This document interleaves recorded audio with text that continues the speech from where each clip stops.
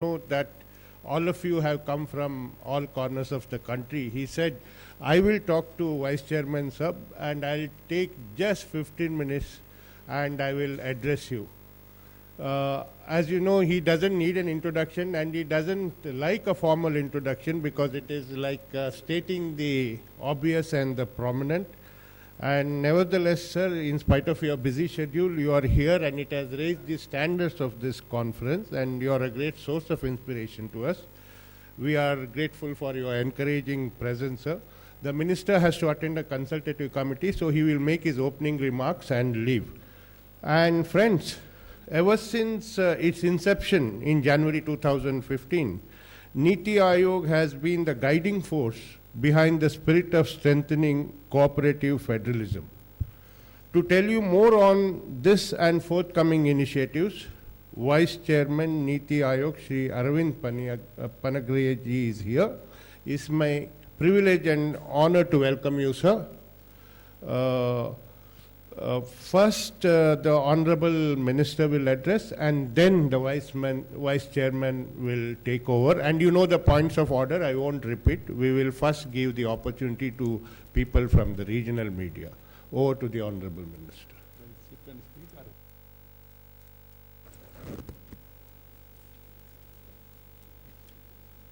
Honorable Vice Chairman of the NITI Aayog, one of the world-renowned economists hailing from India, Sri Arvind Panagriyaji, Sri Frank Narona. Friends, I am very happy here in my ministry to welcome you all, and more particularly the regional media, because the region has come to the nation, because the nation is incomplete without region. So the government believes in cooperative federalism, and you are going to hear much about it by the Honorable Vice Chairman of the NITI Aayog. The very NITI, National Institute for Transformation of India, it gives a message of what are the intents of the Prime Minister and this government. Friends, I am here to make a short comments because I told Frank Narona that I am here and not seeing you people when you all come to Delhi. It won't look nice. Though I am going to different regions, afternoon I am in another region, Maharashtra. Tomorrow morning I am in Telangana. Then afterwards I am in Andhra. And then by evening I am going to Tamil Nadu, tomorrow itself. Come back day after tomorrow. So I thought I should be here to welcome you all. Hearty welcome to all of you, particularly the regional media. Our national level friends, suppose, we always meet here on regular basis. I want to make one point about this war on black money. As an information minister, Prime Minister has given us a 3-line mantra. He said, reform, perform and transform.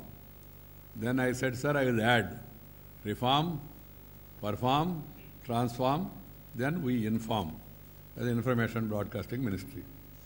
So I am here to inform you of one aspect of the Prime Minister's crusade against corruption. That is, the Prime Minister is determined to make India truly a Swachha Bharat in terms of Tanu, Mana, Dhan. Tanu means body. Mana means mind and heart. Dhana means money. So he wants to see that these three aspects, every citizen has to be pure, not only body-wise, but also in thoughts and action. As such, they should be in the forefront to fight corruption, terrorism, smuggling, drug menace, and other social evils that plague the nation. He has started the Swachha Bharat campaign to clean India physically. Then he has also started a social campaign of Beti Bachao, Beti Padhao, save the girl child, which is very much important for us. Then he also started guiding the people of their social behavior, ending untouchability. And then also plantation of trees to take care of environment, and also to have concern, social concern, corporate social responsibility towards the other problems of the people. Fighting the social evils, you have to change of mindset. Respecting a woman, you have to have the change of mindset. So that's why first he said Tanu, then Mana, then now Dhana. Money also has become very important in public life. He wants to reason. We are meeting here today just after a historic game-changing measure of demonetization of rupees 500 and 1,000 notes taken by our Honorable Prime Minister Sri Narendra Modi as a part of the reformative initiative to formally tackle the twin menace of black money and corruption.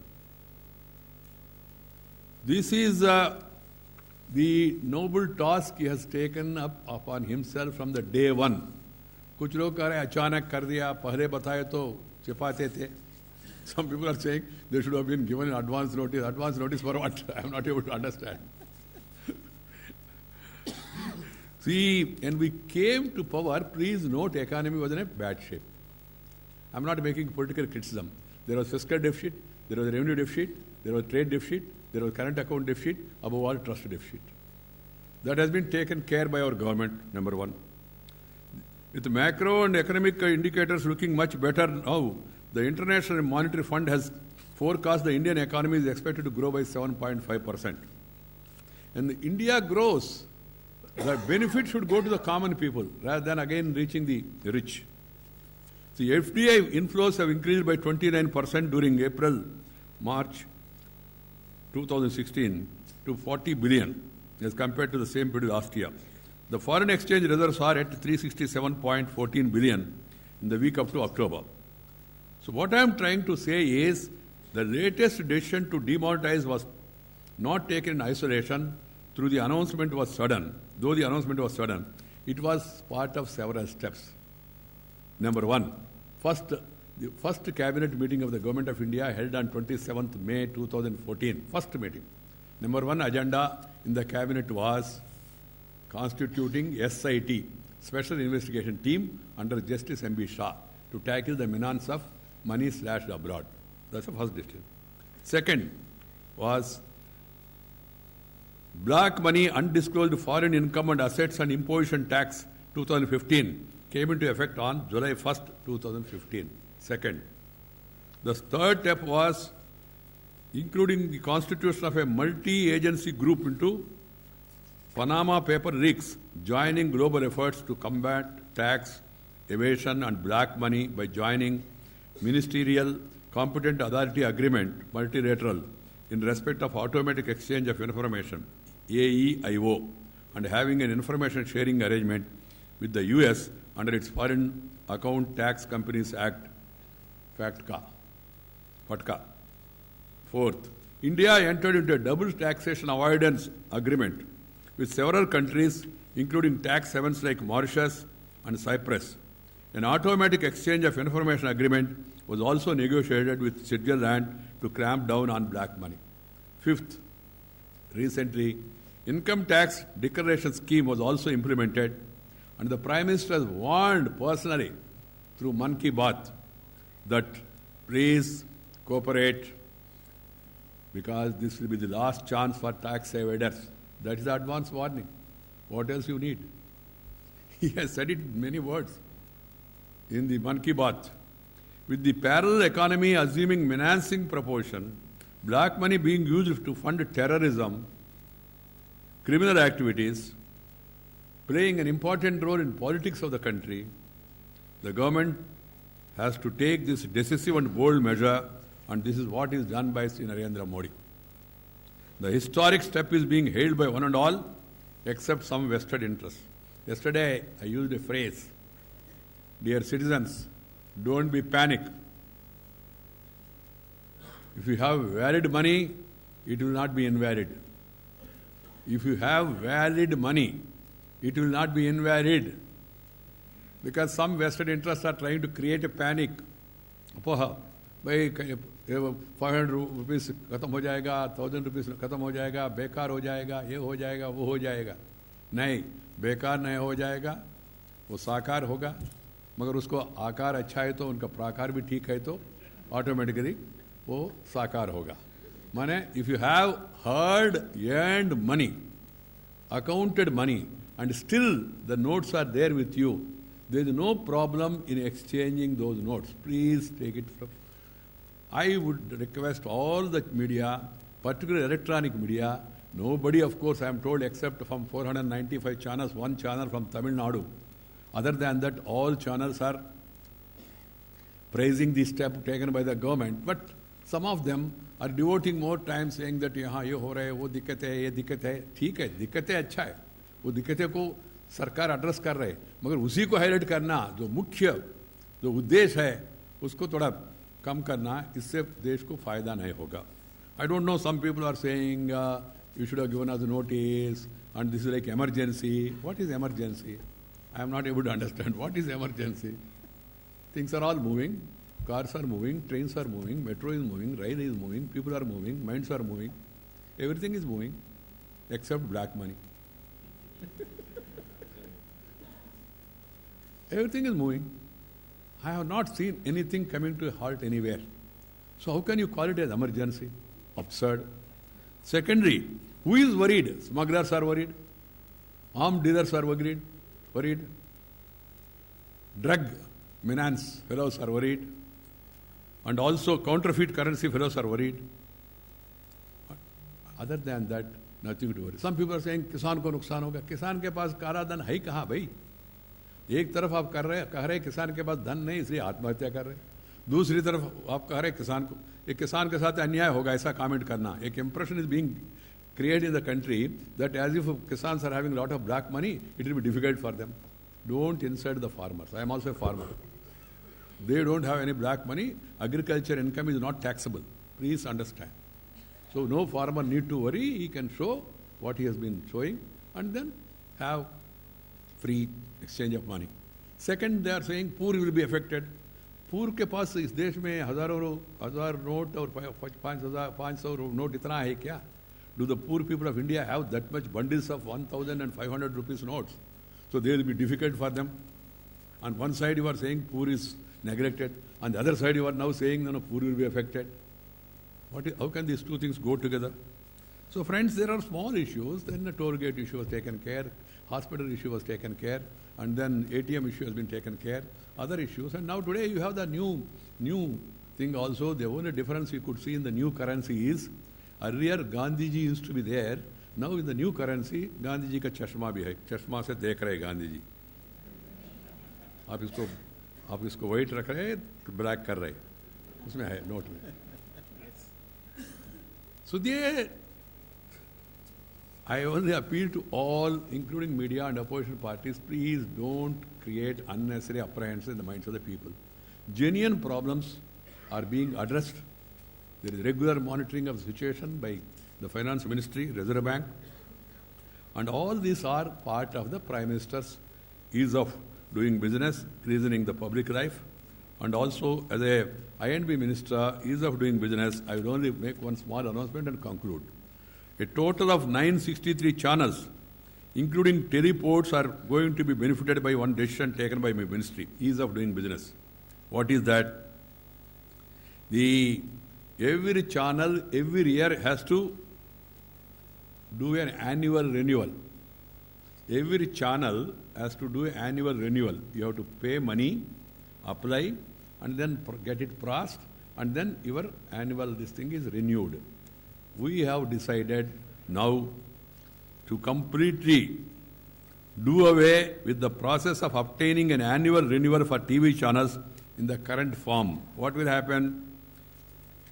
The broadcasters who have been given the permission for uplinking or downlinking can continue their operations by simply paying the annual permission fee up to 60 days before the due date, which by itself will be treated as permission for continuance of a channel for a further period of 1 year. एक साल के लिए होता है. You pay the money before 60 days and then automatically deemed to have been renewed.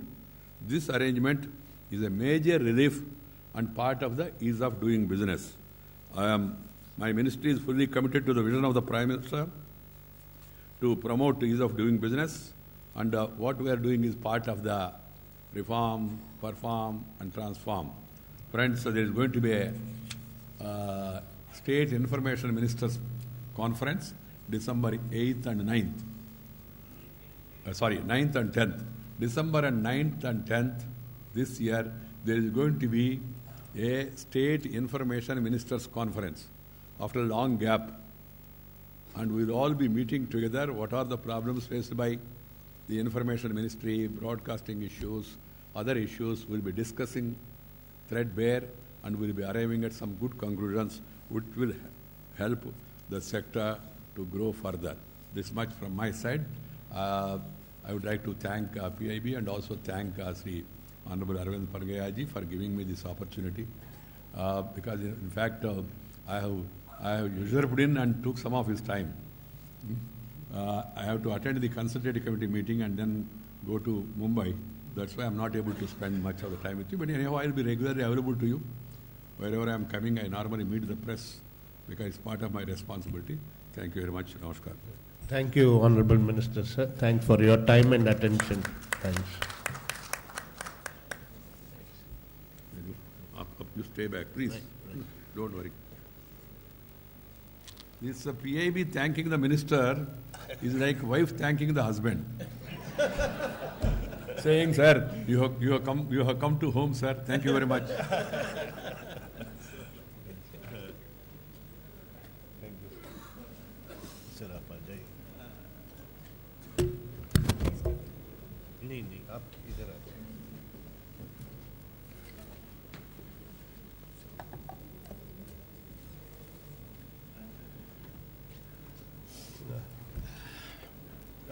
Friends, the Honorable Vice Chairman will brief, but I am not sure whether he will be able to take many questions after that because he has to urgently attend a meeting. Besides, as you heard the Minister, he came in, it was not planned properly.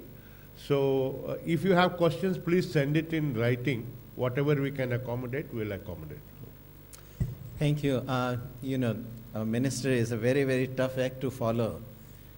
He not only is very informative, his speeches also contain huge amount of humor, and I'm afraid I really can't match his humor.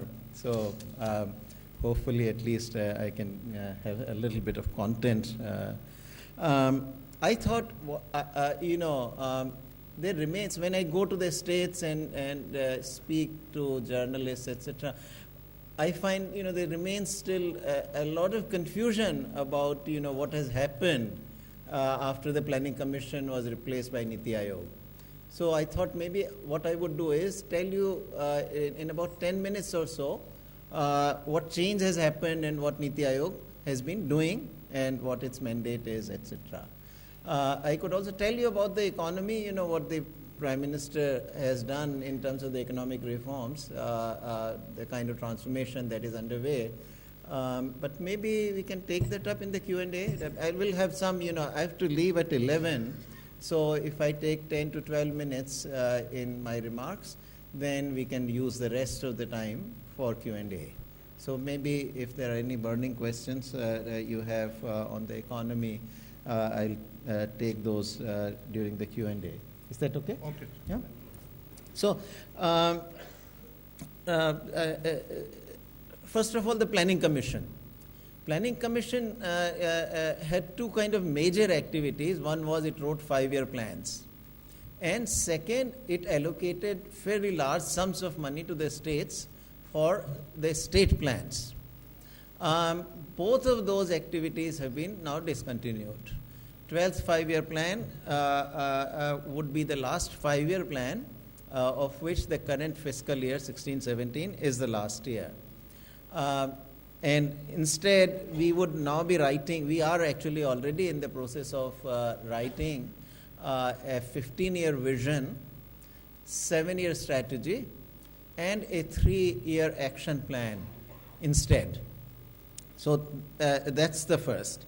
Second, NITI Aayog no longer disburses any money, it does not allocate any money to the states.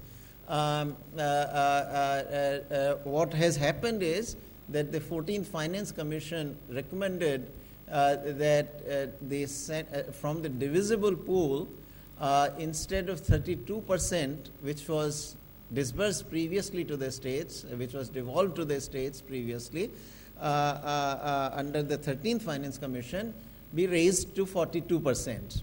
Now, this extra 10% that was added by the 14th Finance Commission, of that about 6 or 7% was the money that the Planning Commission used to allocate to the states. So whatever Planning Commission was allocating now goes directly to the states from the divisible pool. And so therefore, the successor institution, the NITI Aayog, makes no allocations to the states. I think there was in my first year as the Vice Chairman of NITI Aayog, I found that there remained a lot of confusion and also some bit of discontent on the part of the states that the NITI Aayog was not allocating any funds. But I think now this is well understood by the states and we are on to a different program. So now, very briefly, what NITI Aayog does. So there are 3 categories of activities I'd like to identify. The canvas is a lot wider, but I think 3 categories of activities are the major activities. One is what we may call the cooperative competitive federalism, which is our interface with the states. Second is our policy role with the Government of India. And the third is the function as a think tank of the government. So first on cooperative federalism, number of things have happened. Initially in the first year, there were 3 subgroups of chief ministers appointed to analyze and report on the centrally sponsored schemes, Swachh Bharat and skill development. And these 3 reports were done. Each subgroup was headed by a chief minister. And these were excellent reports. The one on centrally sponsored schemes has been fully implemented. Many of the provisions, many of the recommendations of the Swachh Bharat and skill development reports are also many have been actually implemented, others are under implementation. So a good bit of progress there.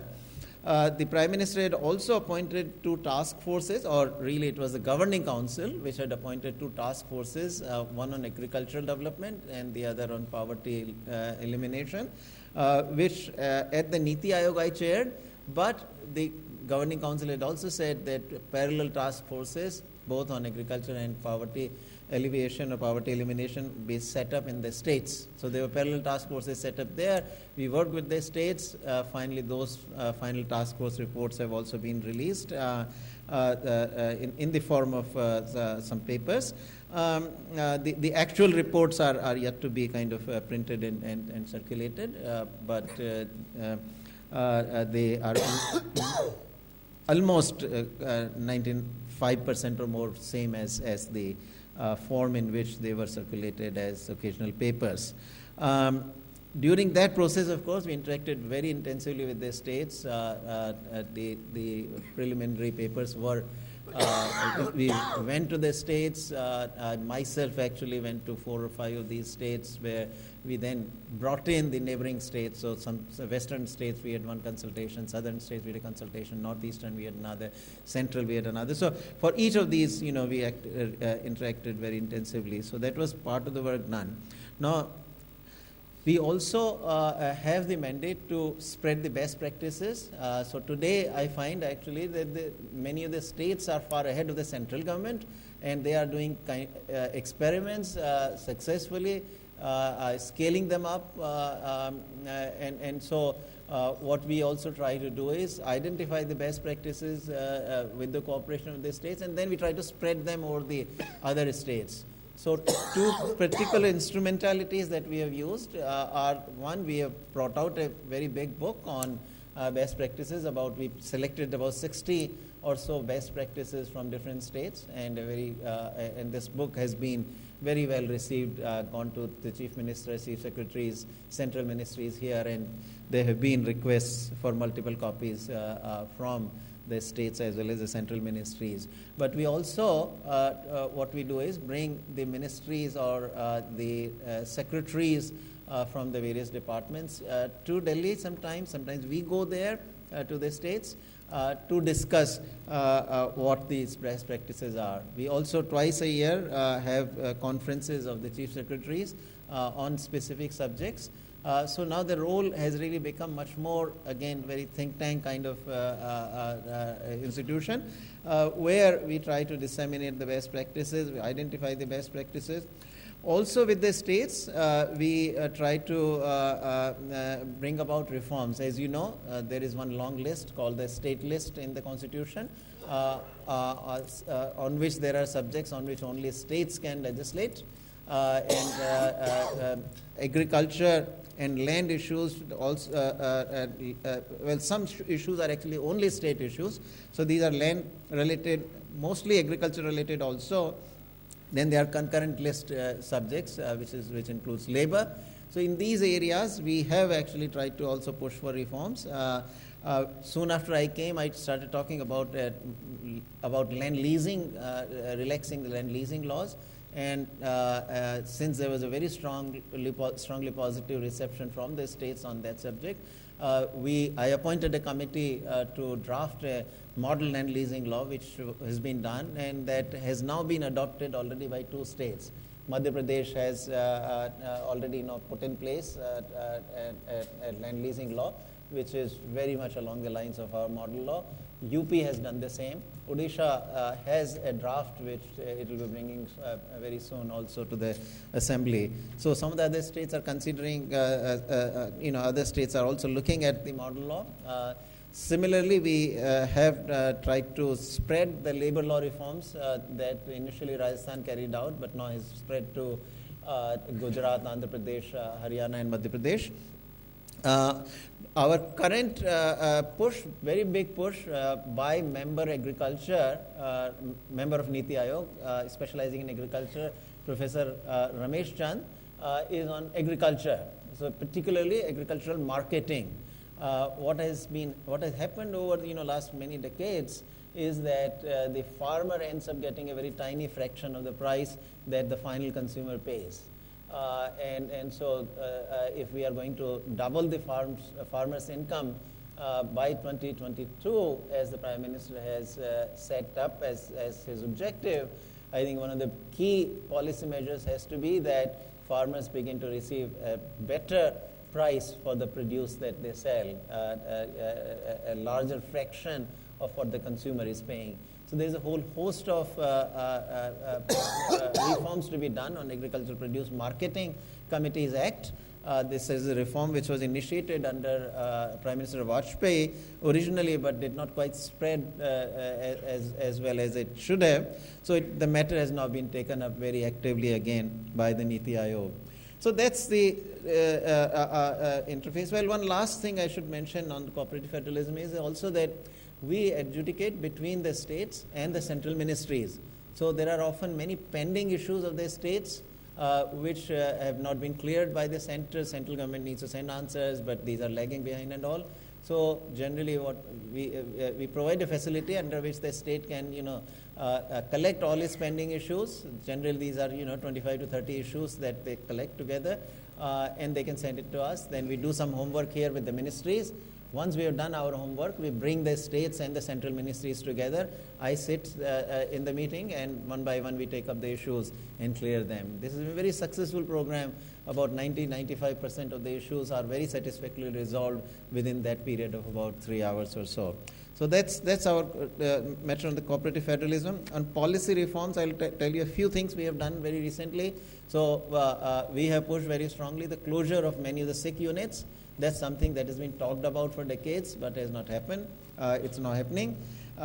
We have also identified units for strategic sales or privatization. That also we have done, sent to the cabinet a note which has been approved by the cabinet. So next step will be for the finance ministry to start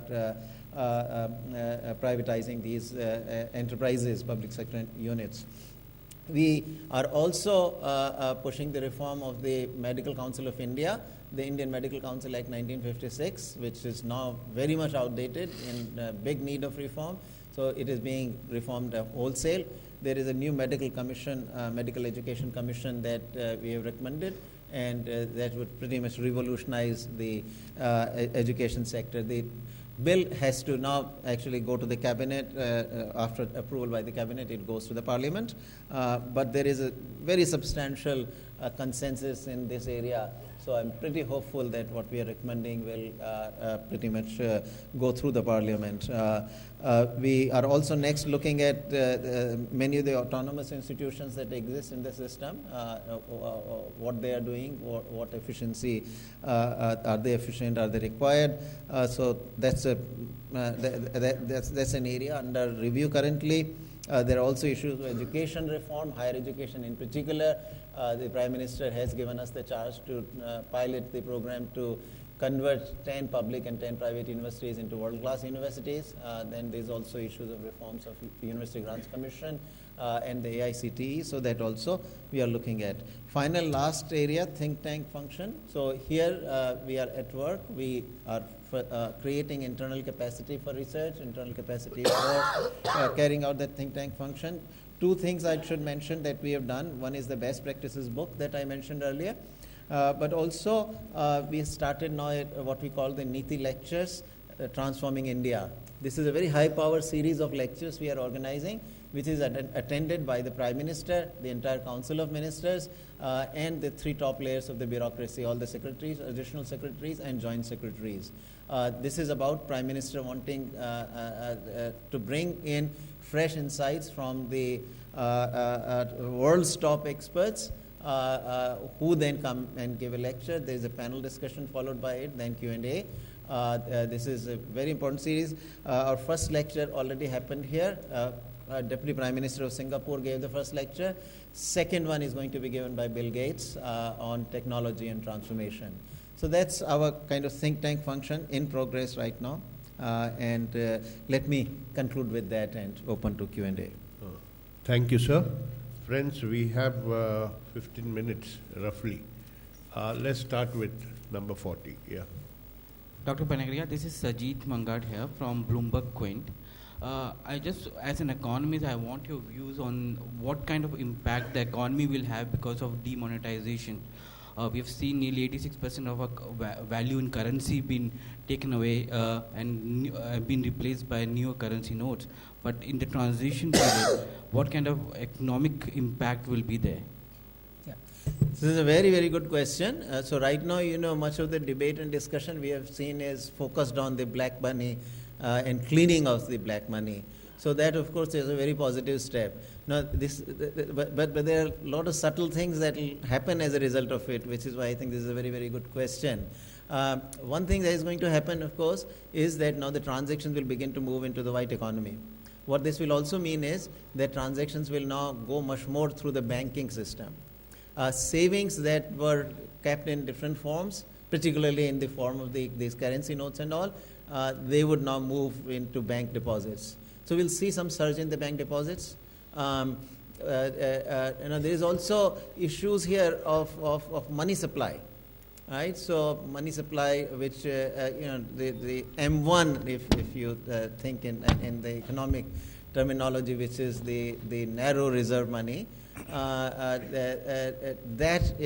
to some degree will shrink, right? Because this money which was in circulation goes out of circulation. The part that is the black money, right? Whatever whatever you and I have will go and exchange, right? So it will be replaced by, so to that extent there is no change in money supply. But the part that is black money will be taken out, right? So there I think the money supply declines. And in the absence of any countervailing action by the central bank, by the Reserve Bank of India, what that does is to actually have an impact on the prices. So I would imagine that absent any action by the Reserve Bank of India, that would reduce the inflation rate. Very likely though, I would expect that the Reserve Bank of India will do some open market operations to replace at least partially this money supply. Yeah. So that is where the RBI has to be ready to do the open market operations. नमस्कार sir, मैं के Ganesan Andaman Nicobar island से। Sorry? Andaman Nicobar island. Okay. Sir, port Blair में पिछले 12 साल से FM चल रहा है। उसमें मज़ेदार बात यह है कि बॉम्बे का विद्युत भारती का जो है प्रोग्राम चलती है, क्यों वहाँ लोकल प्रोग्राम नहीं देते हैं? Number 1। Number 2, medium wave transmitter जो है 100 kV का है, जहाँ की वहाँ आइलैंड ऐसा है, बिखरा हुआ island, Andaman Nicobar north middle करके। नॉर्थ और मिडिल में बर्मा मिलती है, वहाँ से सिंगापुर मिलती है, जय बांग्लादेशी है, वहाँ में भी जो है मिलती है, लेकिन अंडमान निकोबार का जो लोकल प्रोग्राम है वहाँ नहीं मिलती है। क्यों ना इसको बढ़ाने से क्या होगा सर, केवी को? तीसरा जो है हमारा दो अभी one by one मिलना। दो क्वेश्चन क्या? बट क्वेश्चंस क्या? ट्रांसमीटर वाला तो दैट आई कांट आंसर। मैं आपको ब्रॉड में आपको आंसर दे देता हूं कि पिछली सरकारों ने आइलैंड्स के विकास पर कोई तवज्जो नहीं दी थी। ये सरकार इनफैक्ट बहुत हाई प्रायोरिटी है। मैं आपको बताऊं, ये फर्स्ट हैंड बात है। मैं जब आया, पहली मीटिंग जो हुई मेरी पहली तो खैर कर्टसी मीटिंग में गया था उनको कर्टसी मीटिंग देने। सेकंड जो बड़ी मीटिंग हुई प्राइम मिनिस्टर के साथ, उसमें कई चीज़ें प्राइम मिनिस्टर ने कहा कि मैं तुमको करना चाहता हूं। उनमें से एक बड़ी जोर उन्होंने देकर कहा, करीब 5-7 मिनट तक इस बात को डिस्कस किया कि मैं चाहता हूं कि हम आइलैंड डेवलप करें। तो ये मुद्दा नीति आयोग ने ले लिया है अब, और काफ़ी आगे बढ़ चुका है ये।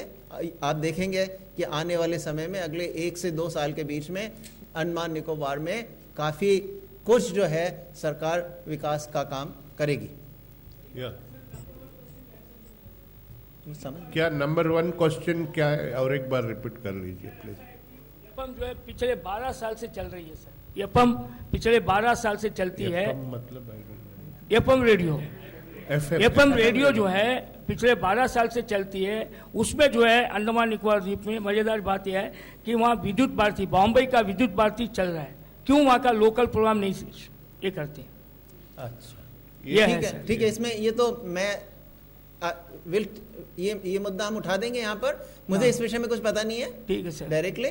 पर असल में ये प्रश्न हमारे जो इन्फॉर्मेशन एनबी मिनिस्टर थे उन्हीं को बताना होगा। और तो दूरदर्शन जो है सर शनिचर और संडे ने, बस वो लास्ट क्वेश्चन सर, अंडमान से है सर, जरा सा मौका दीजिए प्लीज सर। नहीं मैं मौका देता हूँ, मगर जो क्वेश्चन आईएनबी का है वो लिख के दे दीजिए हम।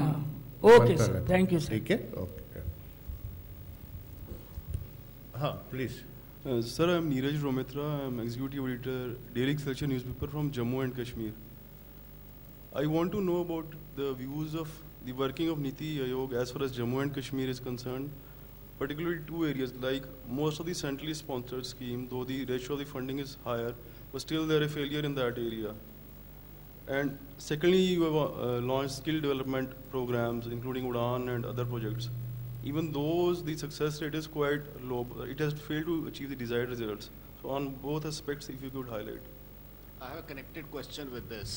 Mr. Panigrahi, I'm Prabodh Jamwal, editor Kashmir Times, Jammu and Kashmir. You have been a great votary of cooperative federalism. And if you remember, during the past few years, whenever these programs have been taken up and debate has been held on unilateralism versus cooperative federalism, we are coming from a state which has the autonomy under Article 370 or so, whatever you say, that it has to legislate on its own so far revenue collection and revenue sharing with the center is concerned.